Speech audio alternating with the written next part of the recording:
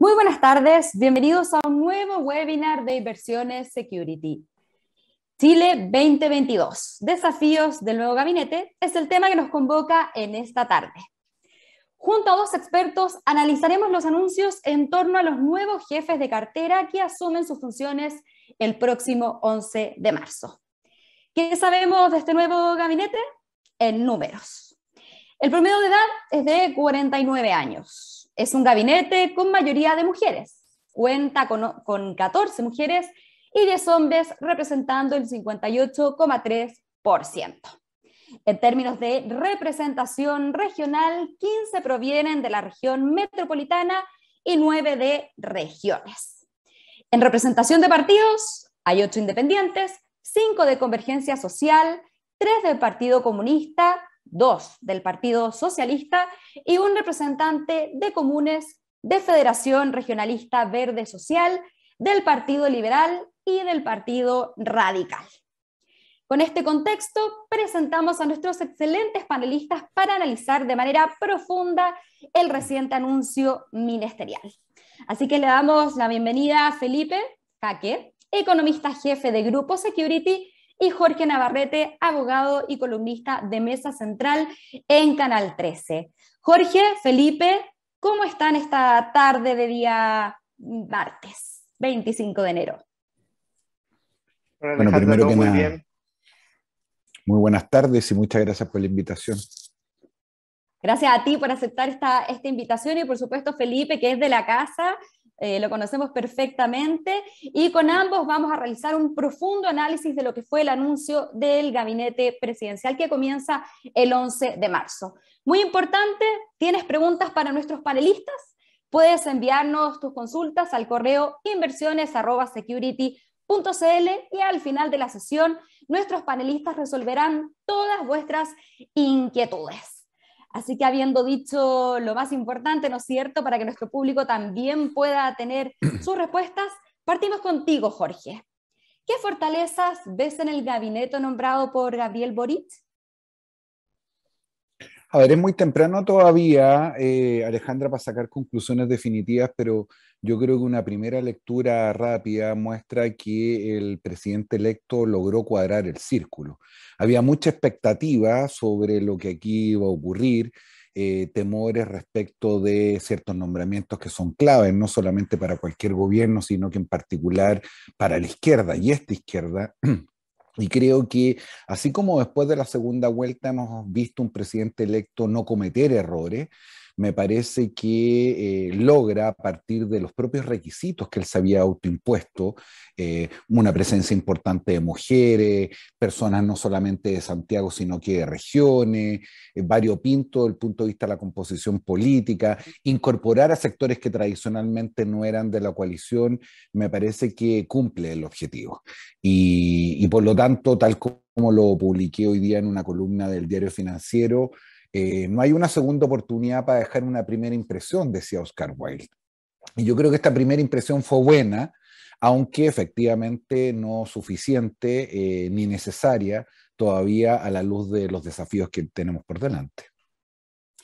Exactamente. Ahora, Jorge, si pensamos en estos nombramientos, ¿cuáles creen que son las señales que se pueden leer? A ver, en todo gobierno, en Chile y en el mundo, hay dos cargos que son absolutamente fundamentales. El primero es quien controla el poder político y habla en nombre del presidente o presidenta, que es el Ministerio del Interior. Y el segundo, por razones obvias, es quien controla la billetera y por lo tanto tiene el poder económico.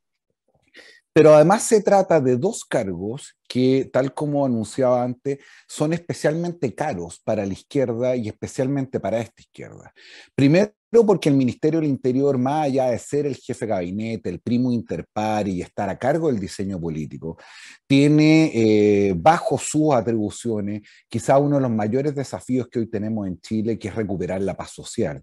Y no solamente me refiero a los problemas de seguridad vinculados a la delincuencia, a la violencia política, a lo que está ocurriendo en la macrozona sur, a la penetración del narcotráfico, sino que incluso a la violencia verbal que se ha apoderado de buena parte de nuestras discusiones. Y en general la izquierda, probablemente por razones históricas y particularmente en Chile, le es difícil, como decimos los abogados, el uso de la fuerza socialmente organizada. Le es complejo ocupar la legítima represión estatal. Y por lo tanto, el cómo se va a comportar este gobierno respecto del tema de la seguridad es una de las grandes claves. Y la segunda, por razones obvias, tiene que ver también con un tema que le ha sido difícil, con la importancia del crecimiento económico, con la comprensión de que no hay mejor política social que el crecimiento, ojalá bien distribuido, porque incluso quienes tienen una profunda vocación igualitarista saben que para distribuir primero hay que generar. Y cuando uno mira estos dos cargos, creo que el hecho de poner a Mario Marcel en Hacienda calmó una parte importante de las ansiedades. No necesariamente respecto de que se truncan los objetivos de este gobierno, sino que en el procedimiento, la forma y modalidad de llevarlo a cabo, va a haber una persona que tiene mucha experiencia, quizás con Rodrigo Gaña, de las dos personas que más conocen el Estado de Chile. Y creo que eso es particularmente relevante cuando una nueva generación de hombres y mujeres, muchos de ellos sin estado en el cuerpo, con pergaminos académicos, pero sin la experiencia pública, llega a hacerse del poder y a tener que nombrar prácticamente 2.500 personas a lo largo de todo el país. O sea, destacamos seguridad y crecimiento económico. Y en este mismo sentido, le preguntamos a Felipe, nuestro economista jefe de Grupo Security, en el caso de el ámbito económico, de los anuncios, ¿no es cierto?, de todos aquellos que van a ver más bien Hacienda, trabajo y también, por supuesto, economía. ¿Cómo lees tú estos nombramientos?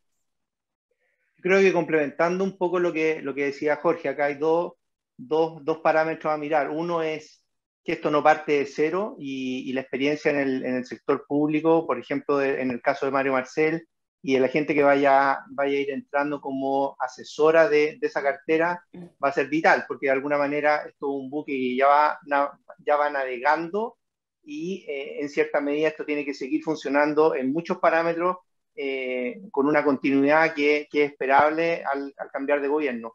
Y en el otro punto, creo que es relevante cómo la experiencia, además en política pública, que acumula Mario Marcel, en particular en el Ministerio de Hacienda. Hay que pensar que él estuvo mucho tiempo como director de presupuesto, conoce al dedillo lo que es la regla fiscal, y también estuvo participando fuertemente en los ajustes que se le fueron haciendo al tema de pensiones en las últimas décadas. Eso da un piso, de alguna manera, para empezar a pensar en transformaciones un poco más profundas, bastante sólido. Pensando en que no va a dejar de lado lo que es la continuidad de un Ministerio de Hacienda, de lo que es ir firmando cheques y que el Estado vaya funcionando, versus lo que es ir planteando los nuevos desafíos que tiene el programa, que ya sabemos es bastante ambicioso.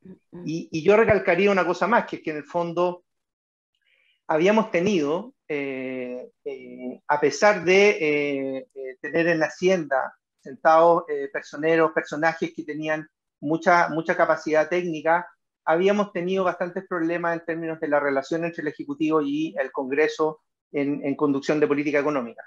Creo que si él logra, de alguna forma, reordenar un poco eso y darle esta mirada más de equilibrio general que se requiere en las políticas públicas, para que no coge la mesa cuando hacemos un ajuste y se nos empieza a descuadrar de nuevo algún otro parámetro que se nos haya perdido de vista, que es un poco lo que le pasaba al Congreso cuando iba aprobando algunas de las medidas del último par de años. Creo que eso también puede ayudar bastante a darle tranquilidad no solo a el mercado local, sino que al mercado externo, que va a estar mirando, creo, con bastante cercanía qué es lo que está haciendo el gobierno de cara a lo que va a ser la pospandemia, los niveles de deuda con los que estamos saliendo de este episodio y de alguna forma también las exigencias que se le hacen usualmente a la economía emergente cuando nos están mirando desde afuera. Excelente, Felipe. Hablabas un poco de un programa ambicioso, también de algunos de los desafíos que vienen más adelante, sobre todo también pensando en la pandemia. Y aquí le quiero preguntar a Jorge, Pensando en el nuevo equipo, a tu juicio, ¿este asegura la gobernabilidad del país? Pensando en la necesidad de acuerdos, ¿no es cierto?, para poder llevar distintos proyectos a cabo. Bueno, esa es la pregunta más difícil porque por gobernabilidad esta vez vamos a entender cosas bien distintas, que aunque están relacionadas.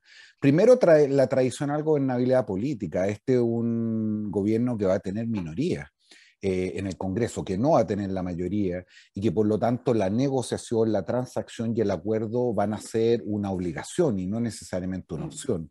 Un gobierno que además tiene que lidiar con un conjunto de disputas internas respecto a la hegemonía de su sector, que fueron muy visibles y vistosas, diría yo, durante la campaña y un poco antes, en especial en relación al Partido Comunista. Va a tener que también ampliar sus fronteras, como ya lo ha venido haciendo en la designación, para poder conseguir mayores acuerdos a los sectores que tradicionalmente representaban a la exconcertación. Y también va a tener que enfrentar un parlamento donde la derecha, contra todo pronóstico, le fue muy bien en el último resultado electoral. No solamente Kast sacó un número de votos que era suficiente para haber sido presidente en cualquier momento de nuestra historia, sino que, como ya advertía, en términos parlamentarios e incluso en la elección de consejeros regionales tuvo un desempeño muy por sobre lo que se esperaba. Si a eso le sumamos la convención constituyente y las señales que este resultado electoral da para su plebiscito de salida, hacen este escenario particularmente complejo. Y ahí probablemente no solo la presencia de Marcel, sino que de otras figuras con amplia experiencia, como el caso de Carlos Montes, pueden ayudar a esta nueva generación que también quiere imponer códigos y formas distintas. Diría yo que la segunda dimensión de la gobernabilidad es la que tiene que ver con lo económico y social. Felipe podrá explayarse más sobre esto, pero creo que se nos avisoran 2 años complejos, de muchas más restricciones, sin la holgura fiscal o la posibilidad que tuvimos durante estos 2 años de poner, mediante transferencias directas e indirectas, una cantidad de plata en la calle que en algún sentido amortiguó o aminoró el impacto sobre muchas personas, y por lo tanto, cómo recuperamos la economía, cómo se genera riqueza, cómo aseguramos mayor inversión y que eso tenga un impacto en las políticas públicas, también mezclado con la gobernabilidad social, con altas expectativas que hay respecto a este gobierno, especialmente lo que viene. Y por último, como te decía Alejandra, la gobernabilidad más vinculada al tema de la paz social. Y aquí, a diferencia de lo que ocurrió con Mario, este gobierno hace una apuesta interesante pero peligrosa a la vez, diría yo. Pone a Isquia Siches, una figura que no tiene mucha experiencia en los temas de seguridad, más bien ninguna, pero que sin embargo cumplió un rol muy significativo en la campaña, especialmente en la segunda vuelta, apostando, me parece a mí, que esta nueva legitimidad puede permitir mayores niveles de eficiencia, especialmente en aquellos ámbitos más duros y más difíciles, donde ha faltado diálogo y conversación, pero también ha faltado mano dura y represión, como por ejemplo es el conflicto en la Araucanía. Excelente, Jorge. Hablabas un poco de cuál es el escenario sobre el cual asume este nuevo gabinete. Nos gustaría también que Felipe nos pudiera comentar un poco cuál es la línea base, cuál es el contexto económico bajo el cual este nuevo gabinete asume el 11 de marzo. Sí, ahí yo pienso que hay un aspecto que probablemente se va a ir notando gradualmente durante este año y marcadamente el próximo. Y es que en el fondo las restricciones de presupuesto que enfrenta esta economía, después de que nos agotamos buena parte de los ahorros que teníamos acumulados de las últimas décadas, va a llevar a que efectivamente una parte de los recursos haya que seguir allegándolos a través de mayor endeudamiento, con un buen relato además de cara a los mercados internacionales, de forma de no estar afectando nuestra credibilidad en términos de dónde para esto en el mediano y largo plazo, y haciendo de alguna forma los avances para que ya a partir del 2023 en adelante, una vez que se progrese en la reforma tributaria, podamos ir recogiendo mayores recursos para el Estado en términos de ir apalancando un poco lo que decía Jorge, que son estas expectativas que tiene la gente en varios frentes. En particular, el frente de pensiones va a requerir mayores recursos, los temas de salud también van a requerir mayores recursos. Ahora, creo que acá va a haber una pugna importante que ya la hemos tenido en el pasado a propósito de la renuncia, del realismo. Probablemente acá hay que sumar algo de paciencia de parte de la ciudadanía en términos de que efectivamente van a ser años al principio, sobre todo, bastante complejos. Estamos pensando en que estamos saliendo de la pandemia. Muchas de las economías, no solo Chile, estuvieron muy apoyadas en fuertes estímulos fiscales, fuertes estímulos monetarios, y eso está en retirada.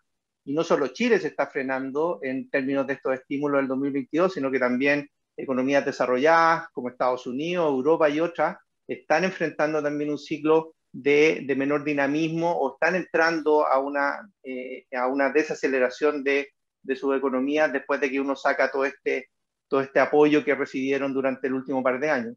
Entonces yo creo que hay una clave acá en cómo maneja el marco económico este nuevo gobierno, cómo los ministros de las carteras más ligadas a esto son capaces de ir graduando un poco las medidas que van a ir implementando y buscando esta paciencia que probablemente se va a requerir durante los próximos 12 a 18 meses. Hay un tema Excelente. interesante en lo que planteaba Felipe que tiene que ver con las primeras prioridades, fíjate. Todo indica que el presidente electo en marzo va a tener que disponer de a lo menos dos grandes proyectos o a lo menos mirar lo que podríamos llamar ampliamente los temas de seguridad social, tanto en su versión de pensiones, que sabemos que esta es la primera prioridad de los ciudadanos, que es un tema pendiente de los últimos 10 años y que además tiene implicancias en el mercado financiero de magnitudes siderales, pero también una reforma al sistema de salud, siendo entonces pensión y salud dos de los bienes básicos que fundamentan o sustentan este esfuerzo por nivelar la cancha. Sin embargo, como apuntaba Felipe, esto va a tener que ser acompañado con una reforma tributaria. Y fíjense que las dos últimas experiencias no son particularmente virtuosas. Michelle Bachelet, con mayoría en el Congreso, parte con una reforma tributaria que a poco andar, después de ser aprobada, se leyó, con justicia o no, ya podremos discutir eso, como una medida que impactaba a las clases medias y particularmente a sus votantes. Y no podía ser de otra forma. Lograr mayores niveles de recaudación no se logra simplemente con impuestos al lujo, al patrimonio o royalty a las actividades extractivas. Y eso golpeó duramente su popularidad, que después, por los hechos que todos conocemos, la reforma educacional y el caso Cabal terminaron muy por debajo de las expectativas. Pues bien, al presidente Piñera le ocurrió algo distinto, pero con un resultado relativamente similar. No tenía mayoría en el Congreso. Se pasó un año y medio discutiendo la reforma tributaria para terminar con un ajuste bastante modesto y sin perjuicio de lo que ocurrió después del estallido de la pandemia. La mayoría de los analistas advierten que se perdió un tiempo precioso, especialmente cuando los gobiernos tienen mayor energía y apoyo en poder consolidar su programa y sus principales promesas. Entonces, el desafío que tiene el presidente electo de con qué va a comenzar y de qué manera en relación a la negociación, insisto, con un parlamento adverso va a ser una cuestión que hay que mirar con mucha calma. Hablabas un poquito, ¿no es cierto, Jorge, de todo lo que tiene que ver con gobernabilidad en los gobiernos anteriores, ¿no es cierto? Pero en este caso, en este gabinete, ¿crees que la elección corresponde a algo propio del presidente electo o más bien una negociación política con miras justamente a asegurar una mayor gobernabilidad? El presidente electo obtuvo 25% en la primera vuelta y obtuvo el 55% en el balotaje. Siendo no solamente el presidente más joven de la historia de Chile, sino que el presidente que más votos ha obtenido. Pero yo creo que también es importante interrogarse de que ese aumento no es un aumento incondicional. Tiene que ver también con una cierta expectativa de lo que hemos venido llamando el Boric de primera y el Boric de segunda vuelta, en el sentido de dar un viraje hacia la moderación, más cerca de posturas menos revolucionaria y más reformista, donde la gradualidad empieza a jugar un rol fundamental, donde el presidente electo empieza a hablar de crecimiento económico, de seguridad, de inmigración, y por lo tanto, Creer que ese 55% es un apoyo total a la coalición a Pro Dignidad sería un gran error. Quizá el mismo error que cometió el presidente Piñera, cuando en segunda vuelta también con mucha holgura le gana a Alejandro Guillé. Y por lo tanto, este gabinete me parece es un esfuerzo por equilibrar esos dos Boric. Un Boric con una profunda vocación de reformas en la política, pero que también empieza a entender las dificultades y las condiciones de borde que esta misma política está dando. Y creo que nombres más, nombres menos, cuando uno mira el gabinete, hay un esfuerzo por combinar la necesaria negociación para llevar adelante y materializar las propuestas con eficacia y eficiencia, que no es una cuestión de tecnócrata, sino que probablemente un imperativo ético de la acción política, pero también probablemente renunciando a aquel ideal que en el inicio él tenía sobre las expectativas futuras de la posibilidad de ser el próximo presidente de Chile. O sea, en este sentido, ¿crees tú que está bien reflejado el balance de las distintas fuerzas que apoyaron a Boric a su campaña presidencial o quizás no tanto y hay un poco también de concesión? Es que depende a quién le pregunte. Si le pregunta al Partido Comunista, que todavía debe estar algo herido por perder una primaria que sentían que tenían en el bolsillo, y un PC que estuvo más bien sumergido durante, especialmente la segunda vuelta electoral, el hecho de tener 3 ministros, a diferencia de otros partidos que ni siquiera eran parte de la coalición original, como el Partido Socialista, que tiene 5 o 6, según como lo queramos contar. Claro, no hay un buen equilibrio. Por el contrario, si tienes en la perspectiva la necesidad de mostrar una señal de mayor gradualismo, de más sustentabilidad en las políticas públicas, de acuerdos más amplios y de una velocidad y gradualidad diferente, sí, este gabinete creo yo refleja muy bien esa nueva perspectiva que tiene que ver con las dificultades que enfrentará Gabriel Boric.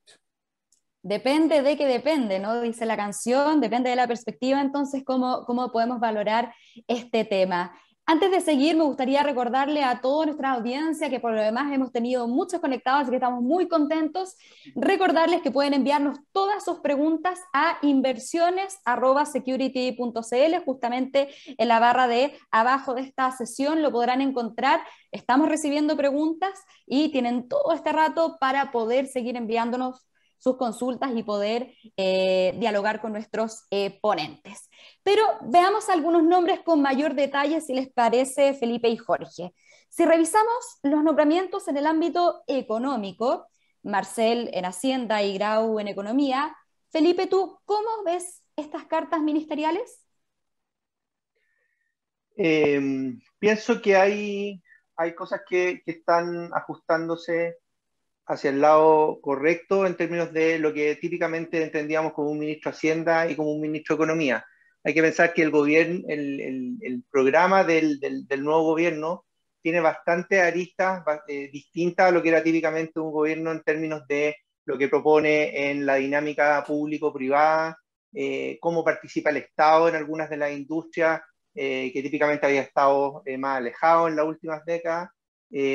Eso creo que se va a ir combinando con lo que ya hemos conversado en este rato sobre qué es lo que hace un ministro de Hacienda típicamente, o lo que ha hecho típicamente en el último tiempo en nuestro entorno.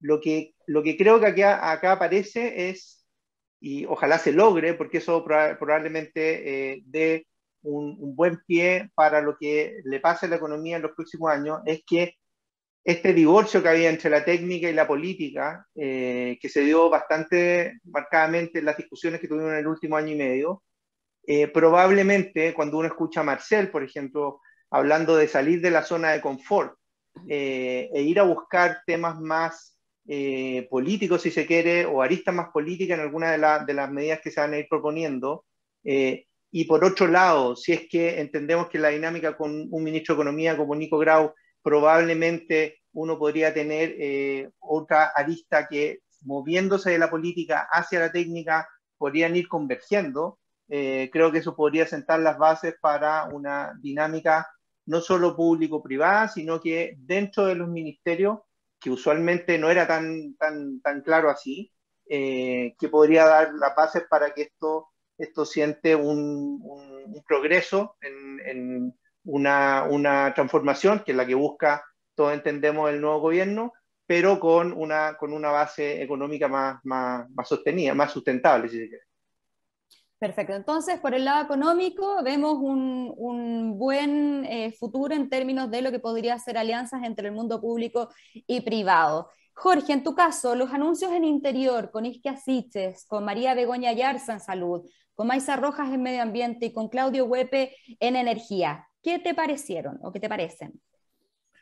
A ver, partiría haciendo solamente un comentario respecto de lo que comentaba Felipe, porque yo creo que cuando uno mira la pareja Marcel Grau, se da cuenta de cómo, creo, y probablemente muchos tenemos esperanza, se refleja virtuosamente este equilibrio. Primero estamos hablando de dos personas de muy distintas generaciones.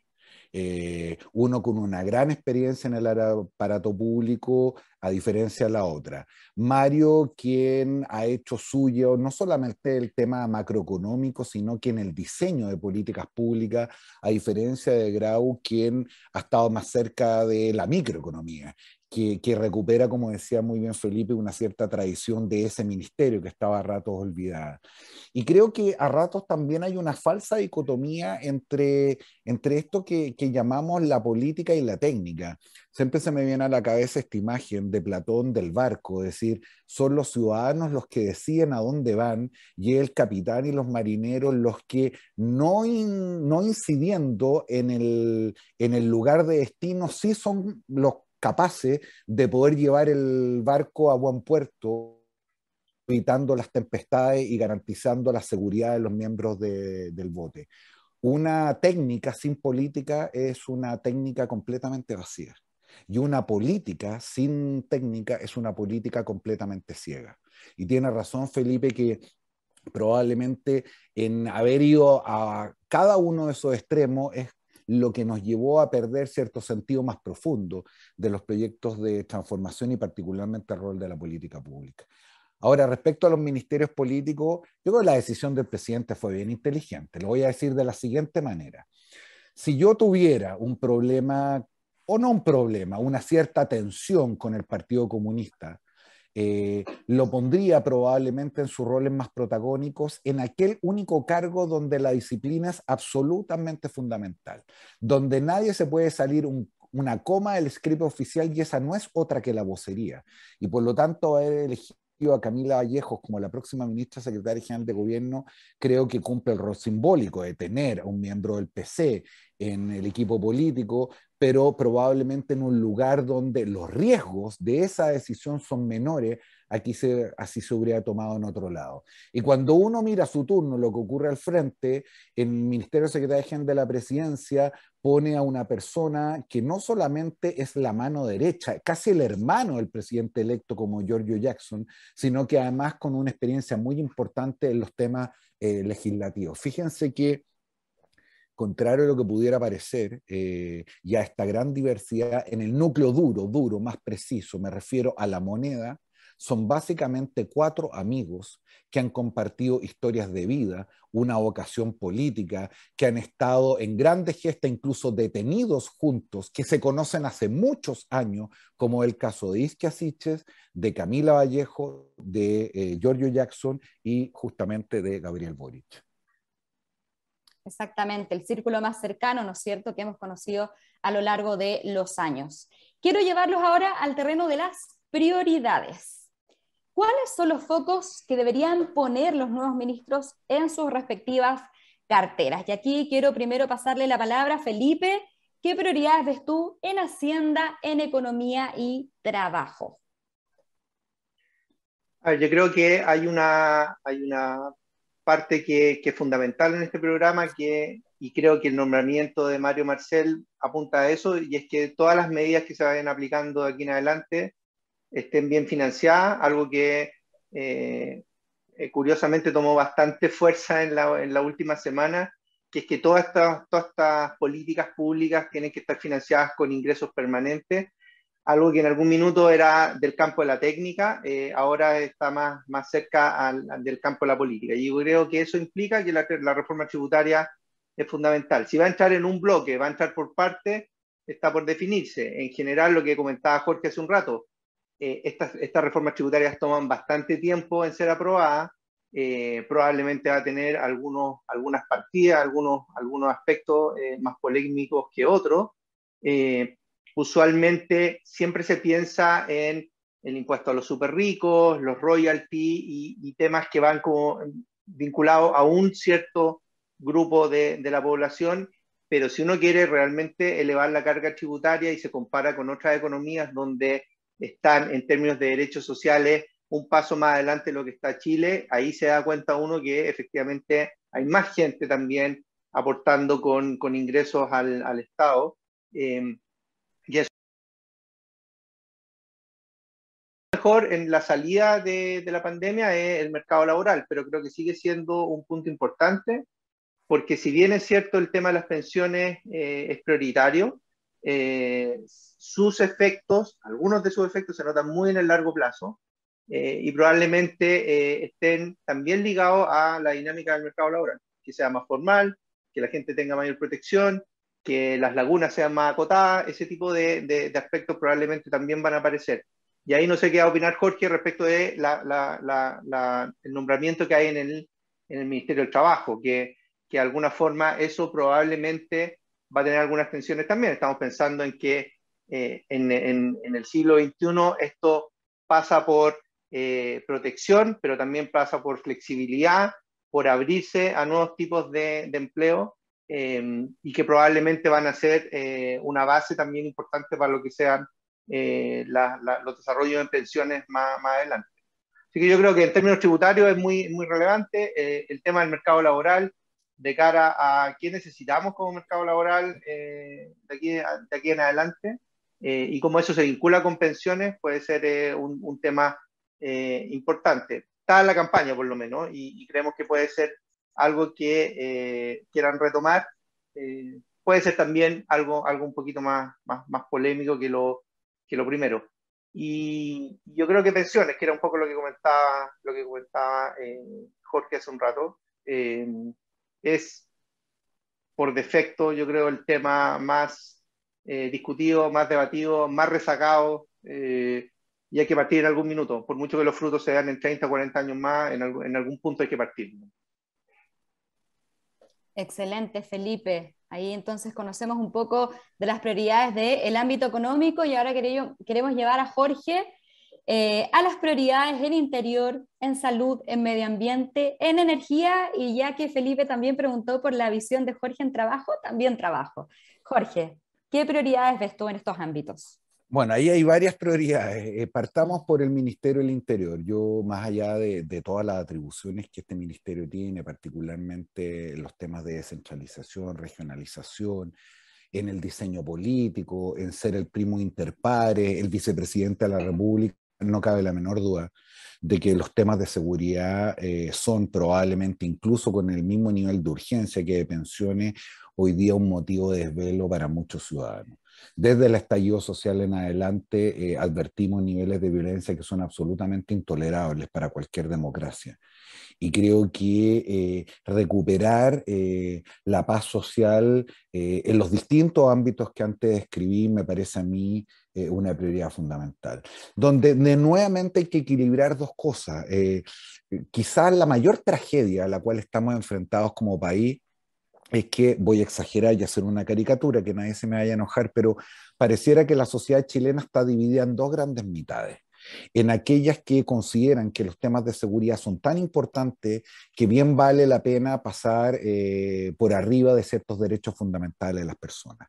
Pero por la otra existe otra mitad, insisto, estoy caricaturizando, que consideran que cualquier tipo de orden o represión estatal es incompatible con los derechos de los ciudadanos. Lo voy a decir de la siguiente forma. El primer rol que tiene todo Estado, quizás su función original y primigenia, no es otra que justamente asegurar el bienestar y la tranquilidad de los miembros de una comunidad política. Si el Estado no puede hacer eso, estamos en presencia de un Estado fallido. Y lo que nosotros estamos viendo, no solamente en la Araucanía, en las comunas periféricas del Gran Santiago, en los casos todos los días de mayor violencia, en la proliferación de armas de fuego, en la sensación de descontrol, me parece a mí, es la base para que muchas otras cosas vayan a fracasar o, por el contrario, resolver bien este problema hace fértil que otro tipo de reformas vayan a prosperar. Y me parece que desde esa perspectiva es la principal hoy día prioridad que debería tener el gobierno, a lo menos desde el Ministerio del Interior que preside o presidirá Esquesiches, y sabemos por trascendido de que un exdiputado socialista sería el subsecretario del Interior. En el caso de la Secretaría General de la Presidencia, la prioridad es llevar adelante la agenda del presidente de la República, especialmente en un país de una profunda tradición legalista como el nuestro, que todo se hace con proyectos de ley y poco en la administración cotidiana. Y si uno mira, números más, números menos, el programa de gobierno de Gabriel Boric, valga lo que valga a esta altura, casi el 80% son justamente iniciativas que requieren de un proyecto de ley. En materia de salud, me parece que hay una demanda menos visible como que la que hay en pensiones, pero que tiene que ver con un poco lo que comentábamos antes. Cuando uno habla de nivelar la cancha, de que todos partan con más o menos las mismas oportunidades, un factor de profunda desigualdad en Chile sigue siendo hoy día las diferencias entre la atención público-privada. Y esto evidentemente no significa terminar con la una o con la otra, sino que probablemente nivelar para arriba, y no quitar los patines, nivelar para arriba, especialmente la provisión de salud en el ámbito público, que es donde hoy día se atiende el 80% de los ciudadanos del país. Y en pensiones y en salud, la discusión que vamos a tener es justamente cuánto Estado y cuánto mercado. Porque si uno mira el éxito chileno en los últimos 30 años, con todas las deudas que este dejó, diría yo que un elemento muy consistente a propósito de lo que plantea Felipe es justamente la alianza público-privada, que permitió llevar la política pública a niveles donde el Estado nunca pudo llegar. Eso ocurrió en educación, ocurrió en salud, ocurrió en infraestructura, ocurrió en vivienda. Entonces, la provisión de bienes y servicios públicos no es lo mismo que la provisión de bienes y servicios estatales. Y eso es lo que probablemente vamos a discutir en relación a estas dos grandes reformas, también muy vinculado con lo que se esté dando en el debate de la Convención Constitucional. Y en medio ambiente, bueno, qué decirte, si hay algo que ha cruzado nuestro debate público en los últimos 5 años es la mayor importancia de los temas de sostenibilidad, de qué es lo que hacemos con nuestros recursos naturales, de cómo aseguramos un futuro sustentable para nuestros hijos. Todos quienes están viendo y escuchando en este webinar que tengan hijos adolescentes probablemente han sido acorralados, impelidos y obligados a reciclar y a tomar una serie de decisiones que probablemente a personas de otra generación nos resultan todavía algo contraculturales. Si uno mira lo que está ocurriendo en la Convención Constitucional, la comisión más grande y probablemente la más puntúa, si se me permite la expresión, justamente tiene que ver con los temas medioambientales. Y ahí creo que el desafío va a ser enorme, porque nuevamente, y lo voy a decir de la forma más brutal, Chile sigue siendo un país pobre, que por lo tanto requiere de un alto nivel de crecimiento económico para terminar con sus injusticias y prosperar.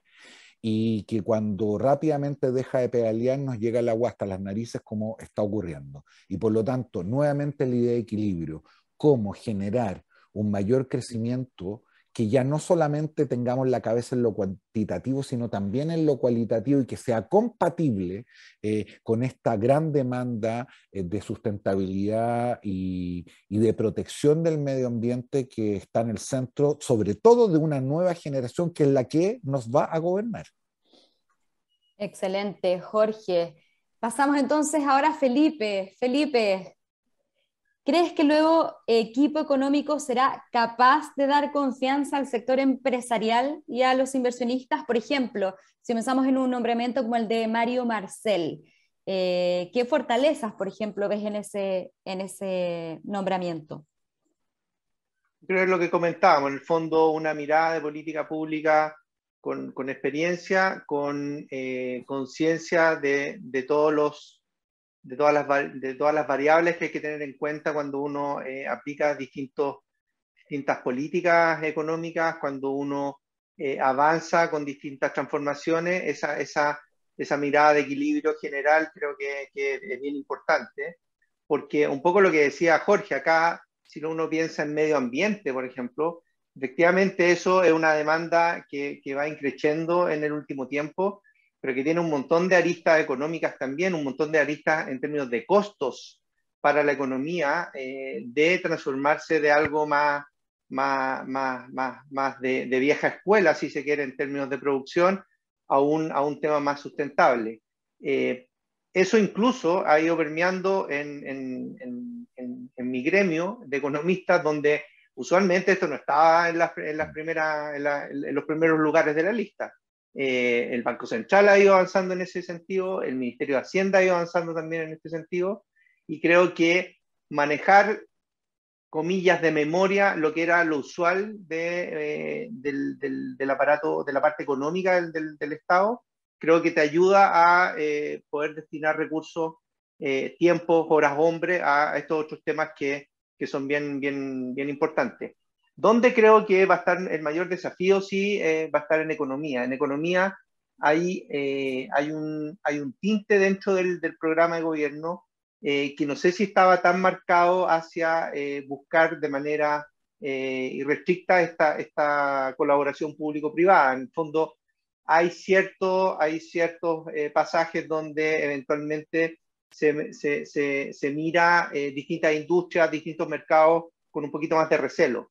Y eso eventualmente en una primera instancia puede complicar un poco más el ir a buscar esta alianza público-privada, que si no se logra, más las demandas verdes, más las demandas sociales, eventualmente nos puede llevar a que esto se mueva mucho más lento de lo que debiera.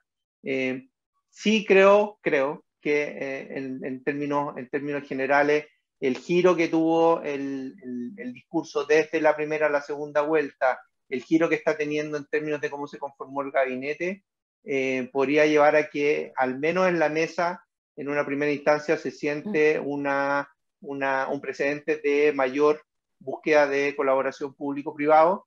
Tiendo a pensar también que el empresariado fue girando en el último par de años hacia una apertura que eventualmente podría ayudar también a que se entiendan estas dos partes, y creo que es crucial. Lo que dice Jorge es cierto, esto es un país pobre, con menos ahorro, y hay que pedalear y generar recursos nuevos, de lo contrario nos podemos quedar estancados en estos niveles de desarrollo por bastante tiempo.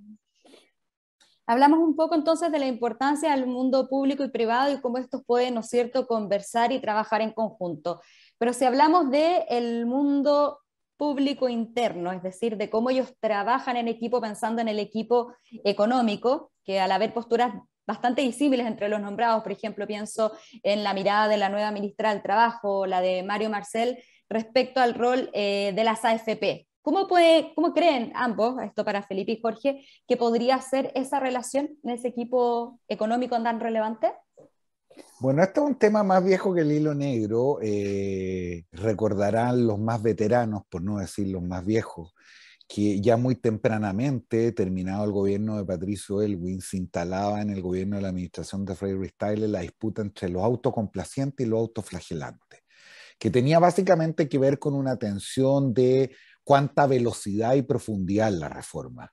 Eso continuó durante el gobierno de Lago, aplacado en algo por su personalidad, pero que generó mucha resistencia en la propia coalición que a él lo apoyaba, y que llevó incluso a tensiones que parecían algo ridículas. Todos recordamos las disputas entre el ministro de Hacienda, Velasco, y el ministro de Trabajo, Andrade, en un momento donde parecía que estábamos hablando de dos gobiernos diferentes.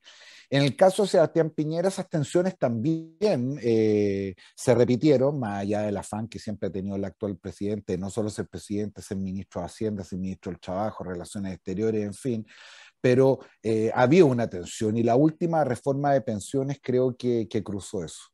Aquí hay un tema interesante, Alejandra, y es que Fernando Savater tenía una frase muy ingeniosa, decía: no hay que confundir la opinión pública con la opinión publicada. Y la opinión publicada, aquello que se instala como discurso dominante, no siempre bien interpreta a los ciudadanos, y el tema de pensiones parece ser un buen ejemplo de eso. Parecía que no más AFP era igual a sistema de reparto, terminar con cuentas individuales, diluir la propiedad de los fondos, en fin. Y quizás paradojalmente, incluso a propósito del proceso de los retiros, lo que nos muestran todas las últimas encuestas es que la gente valora mucho la propiedad de sus fondos, la mayor disponibilidad, la posibilidad de que estos sean heredados a sus familiares, en fin. Y eso fue girando el discurso de la propia izquierda durante la campaña presidencial. Recuerden las posturas iniciales que en este caso Claudia Sangüesa expresaba respecto al tema previsional y las últimas cosas que terminó diciendo el presidente electo en los debates de la segunda vuelta electoral. La verdadera variable que mueve a los políticos son los ciudadanos, como la variable que mueve a las empresas son los clientes y como la variable que mueve a los medios de comunicación son su audiencia. Y cuando ahí hay un cambio, que esa es la opinión pública y no la opinión pública, empieza a reinterpretarse ciertas miradas que parecían del discurso dominante. Yo creo que van a haber esas tensiones. Respecto si hay o no un agente público, si se mantiene o no se mantiene el pilar contributivo obligatorio administrado por la AFP, qué otro nivel de competencia puede introducirse al sistema, pero lo que queda absolutamente claro, que ya quedó hace 2 meses atrás, que lo ahorrado por las personas y el derecho que ellos sienten sobre su patrimonio, eso va a estar completamente intacto. Excelente. Felipe, ¿alguna anotación de tu parte? Sí, algo para complementar lo que decía Jorge, que subyace a este giro que tuvo el tema de pensiones, sobre todo, y es que es menos sexy, pero el tema del mercado de capitales y de que sea fuerte y de que de alguna forma no se pase a llevar ciertos equilibrios y ciertas estructuras con las cuales las economías funcionan. Creo que es parte de lo que probablemente va a estar dentro de la discusión. Si bien es cierto, no necesariamente hay un correlato entre si es propiedad de cada uno de los ciudadanos o no, lo que ya estaba ahorrado, sí había bastante tensión respecto de, bueno, cómo se pasa de un sistema a otro sin generar un descalabro en el mercado de capitales. Y entender además que el mercado de capitales no es un ente que está fuera de todo este sistema y que finalmente a nadie le importa si es que funciona de buena manera o no, sino que el que funcione mal empieza a tener impacto en el bolsillo de todo el mundo, empieza a tener impacto en el acceso a crédito de todo el mundo, empieza a tener impacto en el acceso a vivienda de un montón de gente. Entonces creo que el que se fuese moviendo hacia algo más razonable, parecido a lo que ocurre en otras socialdemocracias donde hay pilar contributivo, hay pilar solidario y varias estructuras que se van montando para lograr este tema de pensiones más digno, si se quiere, hacia mediano y largo plazo. Hay una parte también que va acompañando que probablemente es menos atractiva para toda la opinión pública, pero que es que existe un mercado de capitales y que ese mercado de capitales pueda funcionar de manera más o menos acorde a lo que necesita la economía. Si uno desaparece esa industria, si uno golpea de manera demasiado brusca a estos equilibrios, pasan cosas. Hubo toda una discusión de si habíamos sido muy exagerados o no al principio, pero finalmente terminamos con mayores restricciones de las que hubiésemos tenido a propósito de no tomar en cuenta algunos de estos equilibrios en una primera etapa de todo lo que fue el tema de retiro y la discusión sobre hacia dónde van las pensiones. Excelente. Quiero ir con la última pregunta antes de que pasemos a las consultas de la audiencia. Ya hemos recibido varias a través del correo inversiones@security.cl. Por lo tanto a Jorge como a Felipe, quiero pedirles, sabemos que antes de que, ¿no es cierto?, estuviera ya elecciones realizadas, había cierto clima de incertidumbre, ¿no es cierto? ¿Qué temas creen ustedes que son esenciales de poder empujar dentro de los primeros 100 días del gobierno en los distintos ámbitos? Felipe, economía, y ahí Jorge le dejo todos los otros ámbitos que conversamos anteriormente, de energía, de interior, etcétera. Pero tiene que ser en 2 palabras cada uno, muy cortito y concreto. Que puede partir el que quiera. Está difícil. Si yo tuviera que Si yo tuviera que elegir dos palabras que tienen que ver con los desafíos de este equipo de gobierno, que insisto, mucho más allá del gabinete, hay una principal que se me viene a la cabeza y que evidentemente es gobernabilidad. En las tres dimensiones que antes describí. Y la otra, fíjense, es legitimidad.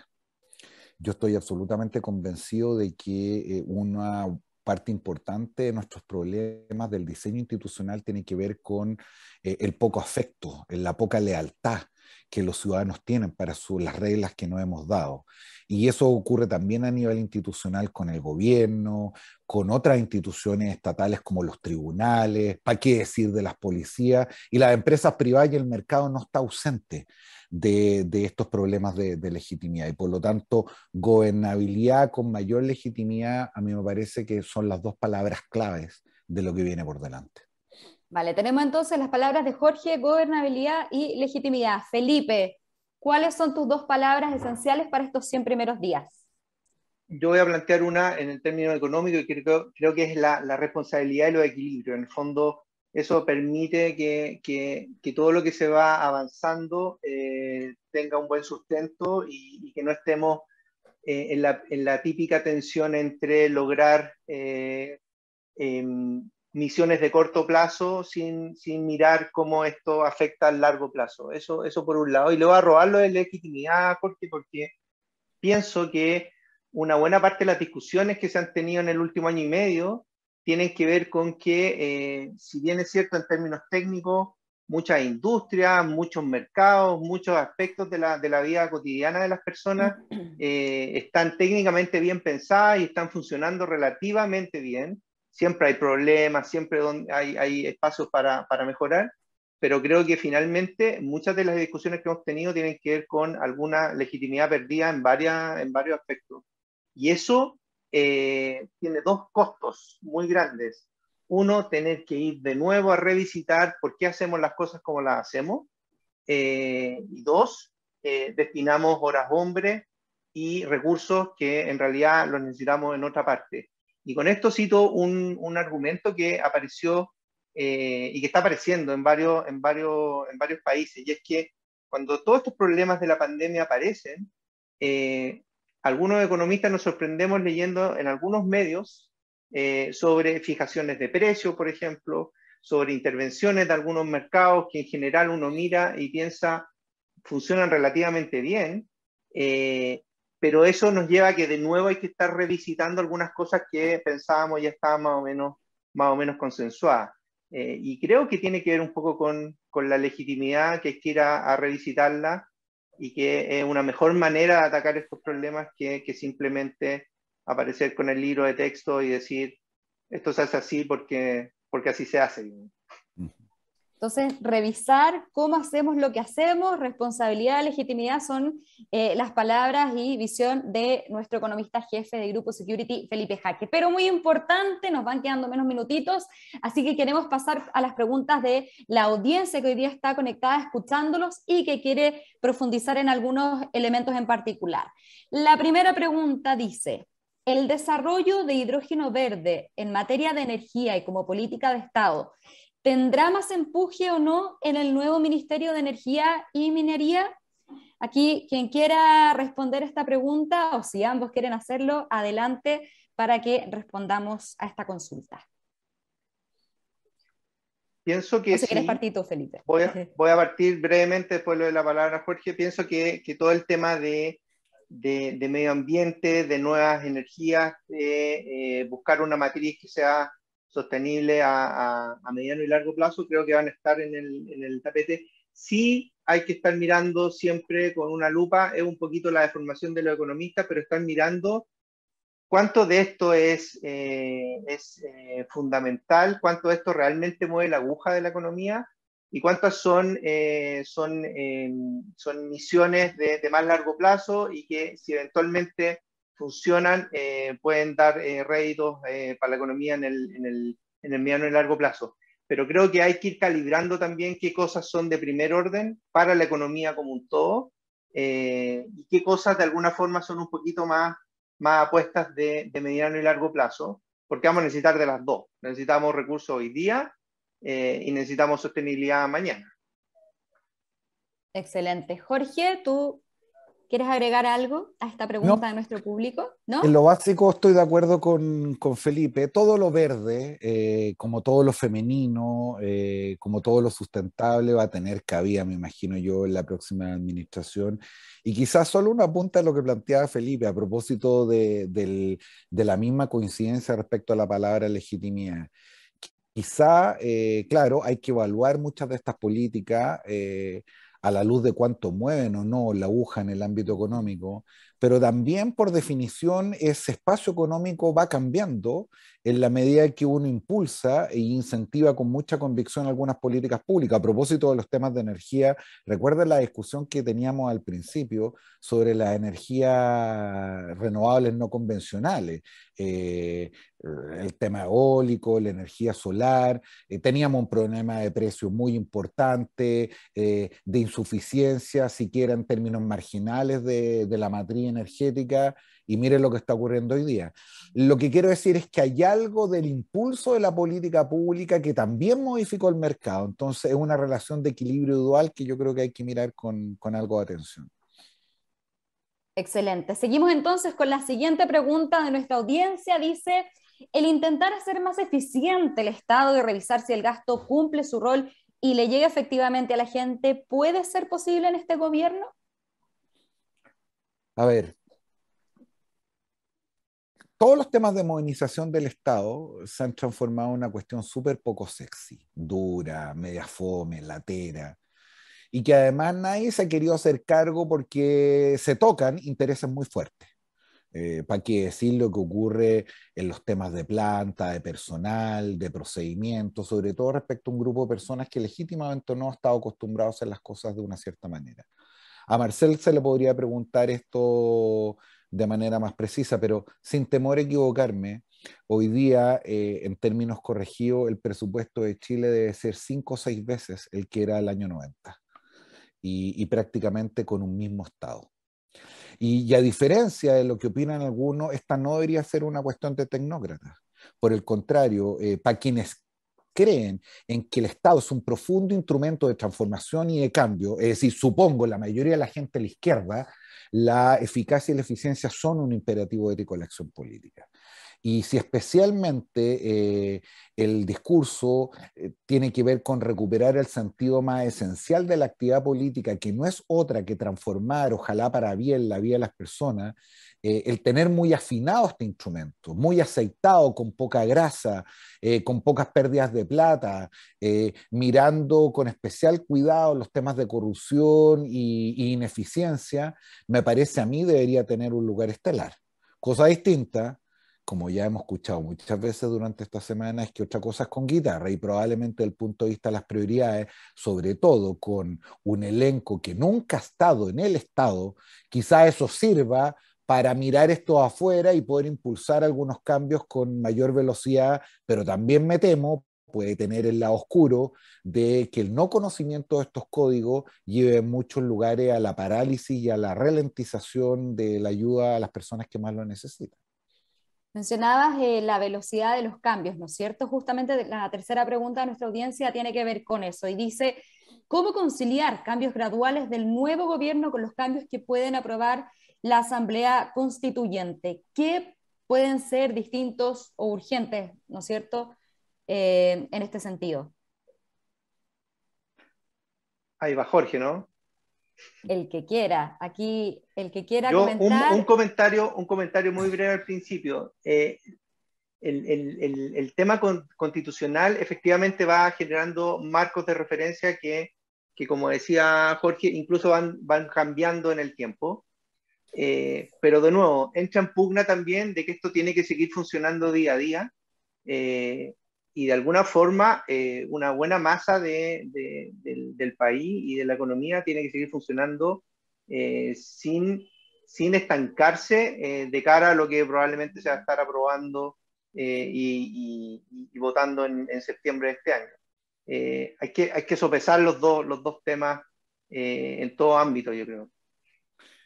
Este es un tema además que está bastante tratado en la literatura, especialmente de países que han tenido procesos constituyentes como el nuestro, me refiero en democracia y mediante el voto universal, donde hay una tensión entre, como decía Felipe, quienes fijan las reglas del juego, es decir, si esto se va a llamar fútbol, si hay offside o no, cuántos jugadores por equipo, a la administración ejecutiva, legislativa y judicial del aparato de Chile que tiene que efectivamente seguir funcionando. Y ahí donde se disputa si el partido se va a jugar, bueno, con más delanteros, con menos, en fin. Se produce un proceso que se llama el de la constitucionalización de la política pública, porque evidentemente los presidentes están mirando de reojo lo que ocurra en el marco de los límites de lo que ellos pueden o no pueden hacer. Pero también la Convención Constitucional sabe que después de los principios, la materialización efectiva de cada uno de esos marcos de referencia se da en los proyectos de ley. Esto es bien interesante, pues en las últimas semanas y meses, diría yo, nos ha tocado tener muchas conversaciones como las que estamos teniendo hoy día, pero con inversionistas extranjeros. Y yo me he sorprendido, les confieso, de que ellos están mucho menos preocupados del desarrollo de la Convención Constitucional y sí más aliviados, algunos de ellos, por el resultado electoral que significó que tuviéramos un Congreso empatado.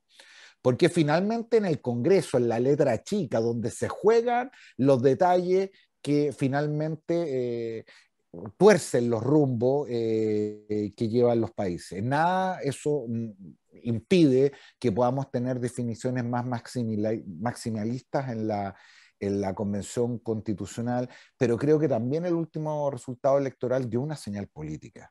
Y así como hace 6 meses ninguno de nosotros pensaba que fuera posible, por ejemplo, que el rechazo fuera una opción viable, hoy día eso está más presente que nunca.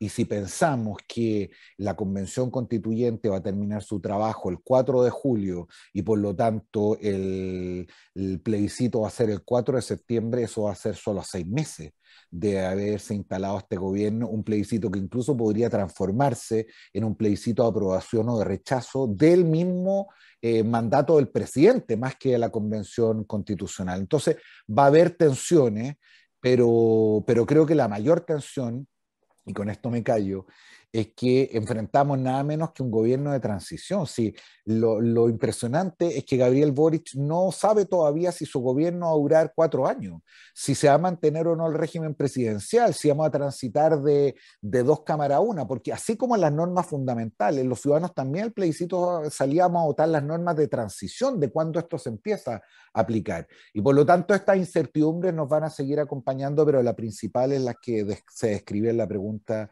que nos hizo un auditor. Excelente. Felipe, esta pregunta va para ti. Dice, ¿cómo crees que podría este gobierno manejar el tema previsional?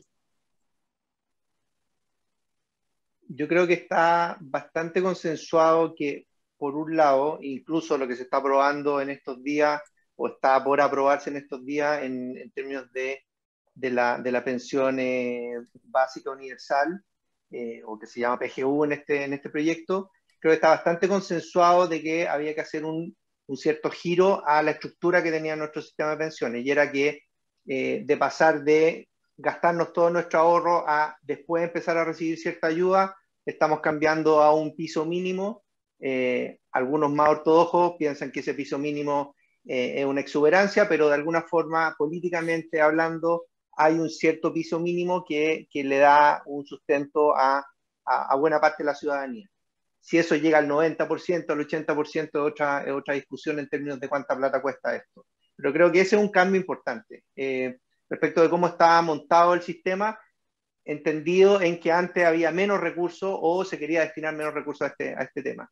Y lo otro es lo que comentaba Jorge, que en el fondo fue girando la discusión hacia que la capitalización individual igual tiene cabida en toda esta historia, que el esfuerzo de ir ahorrando para mejorar la versión que voy a tener hacia adelante también tiene cabida, que si eventualmente eso es heredable o no, ya se vio cuando empezó en Twitter a difundirse todo este tipo de temas, se vio cómo era la opinión respecto a esto.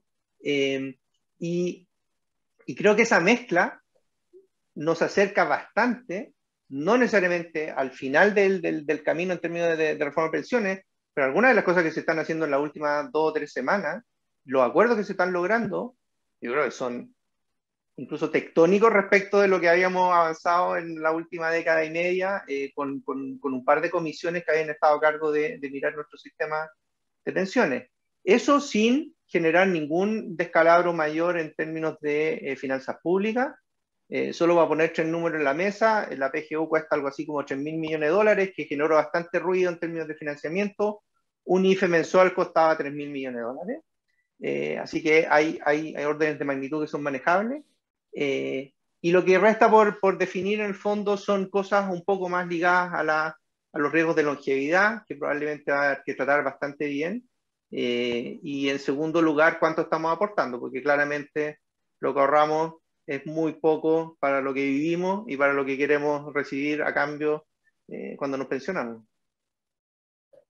Excelente, gracias Felipe. Y vamos con la última pregunta. Tenemos muchísimas preguntas que nos han llegado a nuestro correo inversiones@security.cl, pero lamentablemente el tiempo es limitado, ¿no es cierto? Así que vamos con la última pregunta, que en este caso va dirigida a Jorge. Dice, conocida la conformación del gabinete, ¿qué influencia real le ves al Partido Comunista en la agenda legislativa o reformista? ¿Es posible que termine siendo oposición? Me extrañaba que no hubiera aparecido esa pregunta porque ha sido habitual en las últimas semanas. Lo diría yo de la siguiente manera. El Partido Comunista, haciendo gala a una cierta disciplina, se mantuvo en silencio y en un segundo plano durante la campaña electoral, especialmente la segunda vuelta, consciente de que su mayor visibilidad generaba grandes temores. Sin embargo, hay una tensión ahí existente que no solamente se refleja en el gobierno, sino que también en la Convención Constitucional, donde el Frente Amplio con el colectivo socialista, que son el eje que domina, le ha ganado prácticamente todas las elecciones al Partido Comunista y a Pueblo Constituyente, con excepción de la última desinteligencia para la presidencia y la vicepresidencia de la Convención. Y nada indica que esa tensión también no se vaya a dar en este gobierno. Yo creo que hay 3 factores que hay que mirar que pueden alterar el escenario. Primero, el componente generacional, es decir, Camila Vallejo y Carol Cariola, por estas historias de vida, por esta amistad, por esta lealtad generacional que los une con otros miembros del Frente Amplio, no es lo mismo que Tellier y que la vieja gerontocracia del Partido Comunista. Lo segundo que creo que hay que mirar es que va a depender de cuán indispensables sean. Al PC no le fue mal en la elección parlamentaria, obtuvo 2 senadores que no tenía, incluso mejor que el Frente Amplio, pero su capacidad de negociación y de presión es directamente proporcional a cuán indispensables sean. Y este primer gabinete mostró que el presidente tiene margen para moverse e incorporó a un conjunto de sectores que estaban fuera de la coalición, incluso algunos de ellos en una versión bastante mayoritaria. Los ministros del Partido Socialista casi doblan a los del Partido Comunista pese a no ser parte de la coalición. Y por lo tanto, uno puede hacerse lindo, presionar e incluso amenazar con irse cuando eso tiene algún efecto concreto. Pero este viejo sueño de que Boric pudiera transformarse en una suerte de futuro socialdemócrata, más joven, probablemente un poco más radical, está a la vuelta de la esquina si es que el PC en algún minuto abandona el gobierno. Lo hizo o al menos puso una amenaza en el gobierno Bachelet cuando se decía que tenía una pata adentro y otra pata afuera. Bueno, en este escenario bipolar de alta beligerancia no va a haber espacio para las ambigüedades. Y por lo tanto, o se va a estar dentro del gobierno con todos los beneficios y costos que eso tiene, o se va a estar afuera.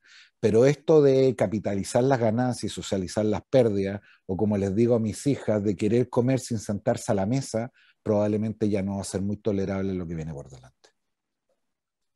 Muchas gracias, Jorge. Qué lamentable. Ya son las 6:10 de la tarde y ojalá tuviéramos muchísimo más tiempo para poder seguir respondiendo preguntas, pero lamentablemente ya tenemos que ir cerrando. Ha sido realmente una sesión fantástica, Jorge. Felipe, les queremos agradecer su participación en nuestro webinar, haber aceptado esta invitación de Inversiones Security para poder analizar un poquito más, de manera más profunda, ¿no es cierto?, este nuevo gabinete que asume el 11 de marzo sus funciones. Y a ustedes en casa, gracias por conectar. Esperamos que esta sesión haya sido de gran utilidad. También les recordamos, por supuesto, que podrán ver este webinar en diferido a través de nuestro canal de YouTube y que, por supuesto, también estaremos difundiendo en nuestras redes sociales. En todos estos canales nos encuentran como Inversiones Security. Felipe, Jorge, muchísimas gracias. Hasta pronto, muy buenas tardes a todos y hasta la próxima sesión.